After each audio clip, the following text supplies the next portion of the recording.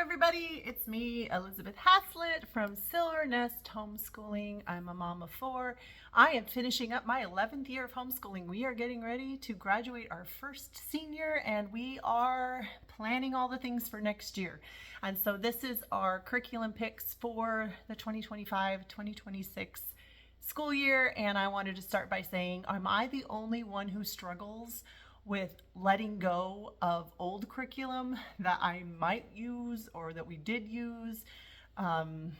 Old math books and things like that are a little easier for me because they're recorded and I don't have to turn anything into my state, so I can let the kids have a annual tradition of going out to the bonfire and burning the school that they did not like that year. But there are some things that I have a hard time letting go of, and one of those is my mom has been graciously teaching our science for my kids from elementary school, and then it worked a little bit into some of the younger middle school grades.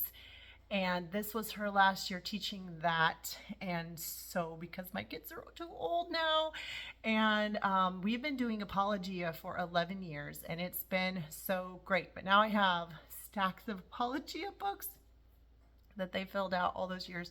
It's one thing for me to toss the things that I taught them, but it's a lot more difficult for me to toss the things my mom did with them. So if you have any tips and tricks, how do you guys deal with your curriculum at the end of the year? Do you just toss everything? Do you have a big bonfire? Do you save everything just in case? You can imagine 4 kids times 11, that'd be a lot of curriculum. I know some people make save a few pages of each thing as examples of the work. My kids really aren't interested in a lot of their previous work, and so I know that on my senior last day of school, we threw all that paper in the air and had a big paper toss. And so this year we're working on some things like that with my oldest. But, I think it's very ritualistic for me to burn things. Gives me this sense of completion and wholeness and an easier way to say goodbye. So that's how we do it. We burn things. All right, but that's not why you're here. You're here to find out what my soon-to-be 7th grader is going to be doing for school next year. Now, we are a hybrid family, so we do have some classes outside the house and some classes inside the house. So outside my house, at a place where she will be taking classes, my 7th grader will be taking pre-algebra, English 7, that's her choice to take that over there. She will also be taking guitar 2. This is her 3rd year taking guitar, but she took a gap year, and so she's been doing really well, so she'll be doing guitar 2. And then she will also be taking a bicycle repair 1 4-month class of bicycle repair. And then she's trying to get into a cooking class for pancakes. I don't think she's going to get in, but she's waiting, hopefully. And then she will also be taking PE. She'll be having a dodgeball class and a recess games class and a jump rope class. So she just loves PE. She loves being active and she loves being with her friends. So it's a pretty simple group over there. Mostly just think PE, English, and math with some music. So that's her arts, her fine arts. So she will not be doing any fine arts with me at home. For all of you who know that we're artist family, for my job and my husband's job, no, we do not push our kids to do art if they don't want to, and we do not expect them to do art every year. So that's what she'll be doing. But what will she be doing with me? So the first thing that she will be doing with me is I will be teaching her 7th grade science class, and we are doing a unit study put together like I did for my 3rd born when she was in 7th grade, and it was a great combination with all of those self-discipline with the Apologia combined with the fun that we like to put in, a little bit of fun tasting of what's to come ahead with chemistry, biology, all those things. So what we do is a combination. I did for my first daughter that I did this with, we did board games once a week with friends, which we still will be doing. And I will give you a nice pile of board games when I do a science pile. But then we also did some gather round. And the units that we did for that, we included a psychology unit, intro to psychology. We also did some very chemistry. Their chemistry unit was fantastic. Their intro to psychology unit was fantastic. So those are things that my youngest did with us. So she and I will be choosing some new gather around units for this And that gives us a place to kind of land for history and for science, because we don't plan to do a lot of writing in history or in science. We are going to learn how to do just the questions that you go through when you're doing a scientific experiment, where you're like, what's your hypothesis? What do you think? And there is a way that they do it in 8th grade at our school that my child will be learning that method with me at home, how to fill out that paperwork, just to give her a little head start so she feels confident when she goes in and looks at that. So, but to go along with it, we need some science experiments. And when I went to my school, I was so blessed because people drop off curriculum that they don't need anymore.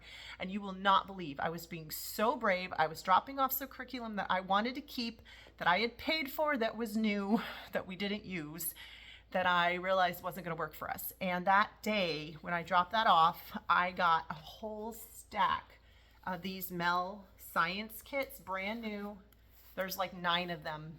And so we are going to meet with a friend group once a week, and we're going to do one science experiment, probably from these boxes, maybe twice a month. And then the other 2 weeks we'll be playing the science board games. And then we'll be using, maybe, we aren't going to use all Gather Round the whole year. We'll probably finish maybe 2 to 3 books over the course of the year. So we'll be doing it once or twice a week rather than 5 days a week. So that is going to be our science, and our board games that we have planned are very exciting, very fun.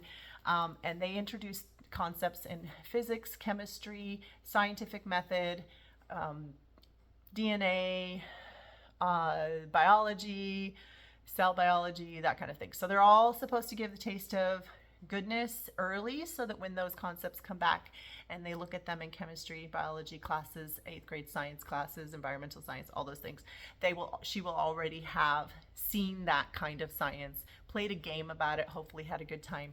The third thing we're going to add to that I can't show you, but I'm excited about, one of the things we like to do is pray a lot and say, Lord, what do you think we should do? And one of the very cool concepts that came to me while I was praying was to get some items and have them dissect the items. But in this case, it would be like an old VCR, a TV, way that things are put together so they can hands-on with their friends, are very hands-on kids, just like Melissa's.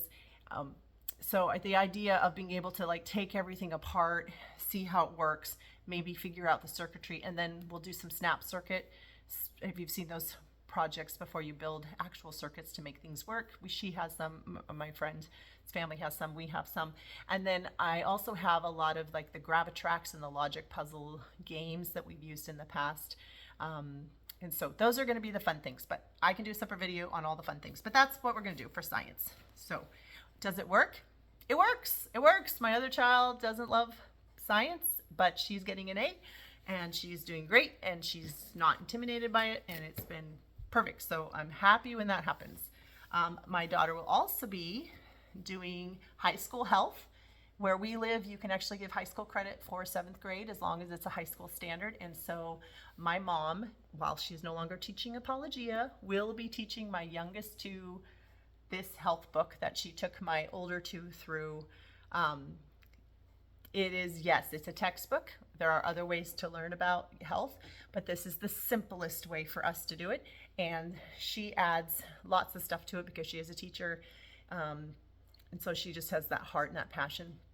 So they make it a little more interesting, but they will be doing this once a week for the year, and then that will give them the credit. You can speed this up and do it in like a trimester or in a semester, but for us, if we add in those younger kids, we just like to take it slower. They will be getting testing. The tests will be submitted, and hopefully they'll be able to get a grade. If not, they'll just get a pass-fail. Whenever we do a class at home that we report to our hybrid, that's considered pass-fail unless we fight for the grade. And so sometimes we do and sometimes we don't. Health. And then the third thing I'm doing, which I did an entire video on, but is the history curriculum we're going to do, and that has also been created by us.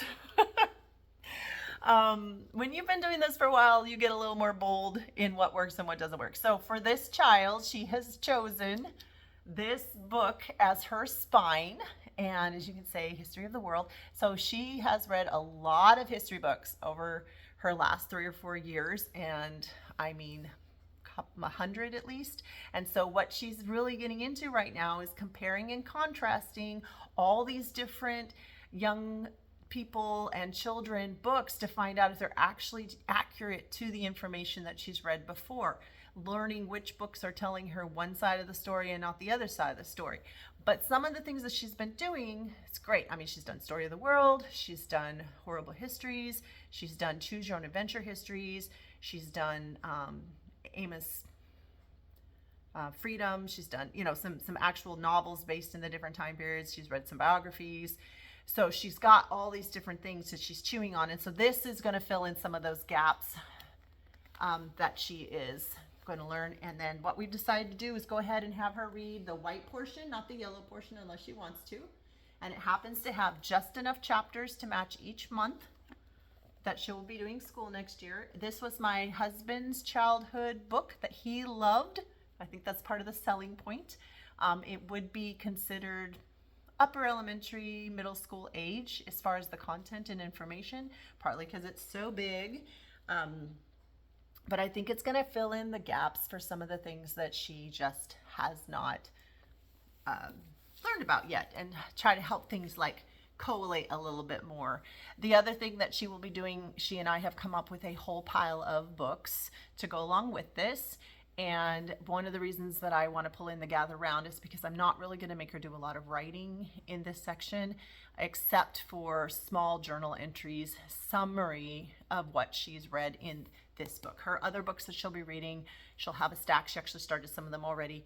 And then she and I will discuss what she's learned that is the same, different, disagreed, doesn't match up, that kind of thing. And so it's because sometimes the younger books are trying to simplify things, she'll pick up on inaccuracies, but sometimes they'll just be flat out wrong. She was reading a book yesterday when they were just describing turtles, and she's done some extensive studying of amphibians and water animals in her last Apologia last year. And so she's like, Mom, they don't do what this book is telling us that they do. That's a myth. And it was so interesting just seeing her make those connections. So yes, that's the simplicity version of what we're doing next year. We've got an art, guitar, we've got a math, we've got a, what she'll be doing at school. Sorry, pre-algebra, English, science at home, history at home, and then PE, which is her favorite, and she considers that an elective. And then we will also be sticking in bicycle repair, which she does not want, but is going to be good. And then the final fun class is, I did actually sign her up, and she did choose to take I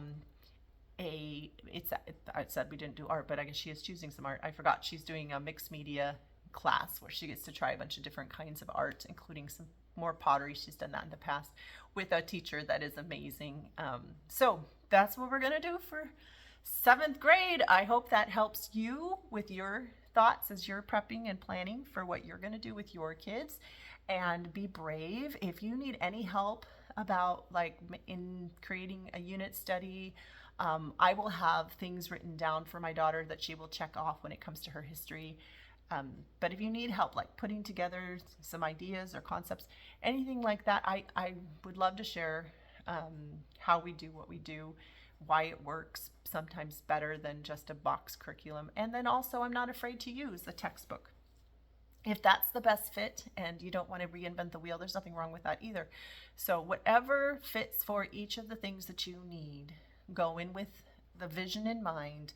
I want my kids to learn about this specific thing that they need. Then, you can taper your school to their needs. You can also decide that this is a hoop that they have to jump through, health, that can be useful for them, that really can give them a good idea of how to take care of their bodies for the rest of their lives, because they're the only bodies they get. But you can use something that makes your life simpler as well. They don't have to love everything. I spent my first few years thinking I need to make everything fun, everything good, everything totally interesting. And I was always disappointed when they didn't think it was as fun as I did. And now I've just accepted that school is work, and sometimes work is not fun. And sometimes they don't have to think work is fun. It can just be work, but it is good work. And if I can get their input, I will take it. But if not, we will just move forward. And bringing in friends always makes science better. So that is my curriculum picks, and I'm going to go ahead and give you my ninth grade curriculum picks as well. And I hope you have a fabulous day, and I hope it's helpful. Give me a like, subscribe, all the things. I just do this to help you. So whatever is helpful, if you tell me that, that makes my life a little easier as I'm trying to figure things out. But honestly, I'm not doing this for any other reason than to just get some information out to you, because we have done this for so long that it seems a shame just to like shove it under the rug. So have a great day, and we'll talk to you soon. Thanks. Bye.